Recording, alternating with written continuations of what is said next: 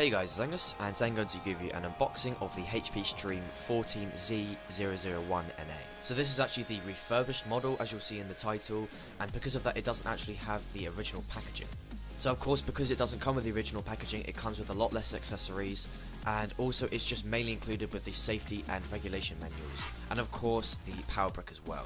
So there we have the power brick, and once we get that open we can try and boot on the laptop, but first we'll try and see if the laptop is actually pre-charged. Usually I find instructions to be too complicated, but in this case the instructions are actually the complete opposite. They're incredibly basic, which is nice, but to be honest there's just not enough information and I wish they included more.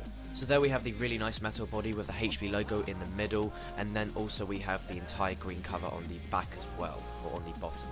So on the left side, the ports include HDMI, USB 2, microSD card port, and also 3.5mm jack. So now on the right side we have two USB ports, which is really great, and also a port for the power brick. Now then on the other side, or the front, we have absolutely nothing, we just have the lid. And then on the other side we have all the other ports, so HDMI, USB 3.0, a microphone and also headphone jack, and also a port for a micro SD card. And then on the back as well we have the battery presented. So now let's actually have a go at booting the laptop up.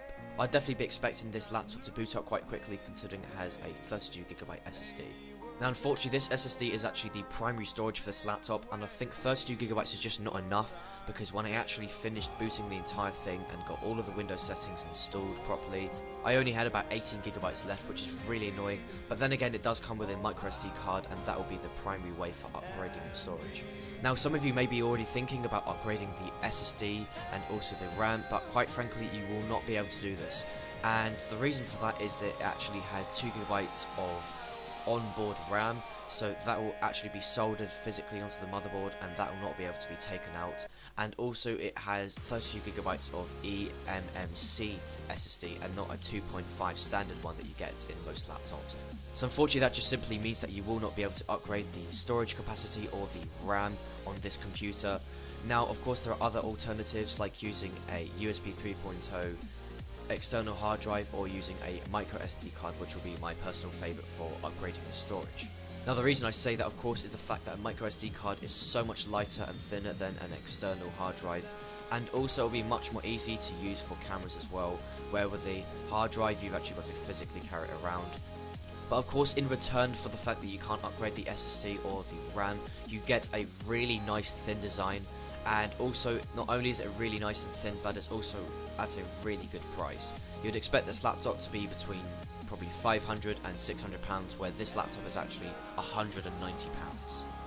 Now because of the design and also the price of this laptop, I wouldn't be expecting any amazing specs from this, and that's not surprising because it has just 2GB of RAM and a AMD quad-core CPU. Now some of you may be thinking that quad-core CPU is great, but quite frankly I'll only be expecting to be using this for web surfing and also basic programs like Microsoft Office.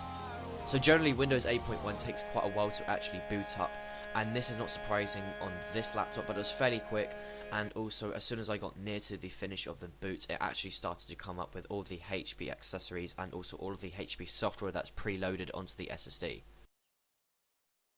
So now we've got Windows 8.1 fully loaded and up and running, and now we can try and use the basic programs that I'd be expecting to be using quite a lot. From first impressions it really makes out that the SSD is making a big difference, because Windows 8.1 is running really quickly. Now of course that would be expected from a laptop that's completely brand new, but from using other laptops as well, it's running really well, and it's also very responsive. Of course, because of the small hard drive, I'd be expecting that the performance of Windows 8.1 to go down, and I'd be expecting it to get a lot more laggier, considering that the storage is very limited. So first impressions with the design, I'm really impressed with what HP have done with this. I'm really impressed they've actually managed to cram such a small design into actually a really low budget PC. But of course, as I've mentioned, one very misleading thing what HP have done is the fact that they've said it's got 32GB of storage, but actually it's only got around 18 when it's actually finished booting Windows 8. And I find this really disappointing, because I think 18.5GB just isn't going to be enough for storing all of my photos and music as well.